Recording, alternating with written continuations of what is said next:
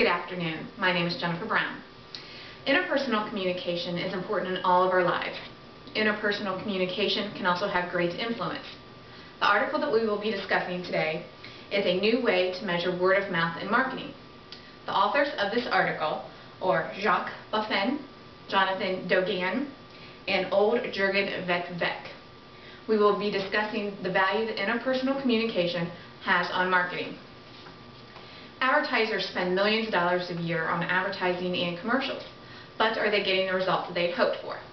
The research in our article tells us that consumers who are planning an expensive purchase will most likely listen to interpersonal communication or word of mouth from trusted individuals as opposed to listening to commercials or advertisements. Consumers are tired and overwhelmed of commercials. They are starting to tune them out. Customers have instead decided to listen to trusted interpersonal communication or word of mouth advice from individuals as opposed to commercials.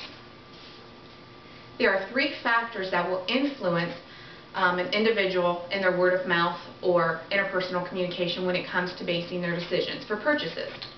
The first one is brought to us by Jacques Buffin, and that is what is being said. If the message is incoherent, sloppy, and is not put together in a well form, we are not likely to listen to that communication. However, if the interpersonal communication that is being given to us is organized, well thought out, and put together in an easy and clear format, we will be most likely to accept and trust that opinion. Our second factor is brought to us by Jonathan Dogan, and this is who said it. We need to identify that person. Is this a trustworthy individual that we have had interpersonal communications with, that we can rely on their opinions? Last is brought to us by Ole Jurgen Veck, and this is the environment. This is where did the information come from. Our first example would be if you belong to Facebook and say you have 300 Facebook friends.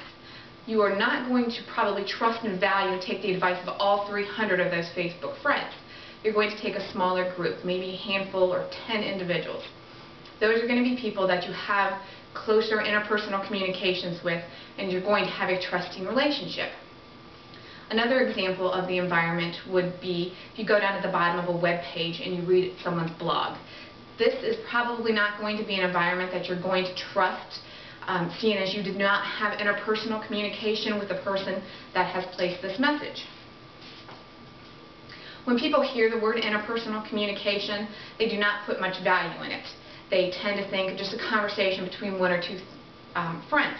However, from our article that we have reviewed, we have seen that interpersonal communication has great influence, and it also has a direct effect on marketing.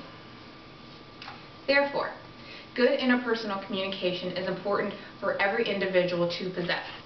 Furthermore, good interpersonal communication will help you to further be able to identify the factors in decision making that are who has said the information, what has been said, and the environment in which it has come from. Thank you.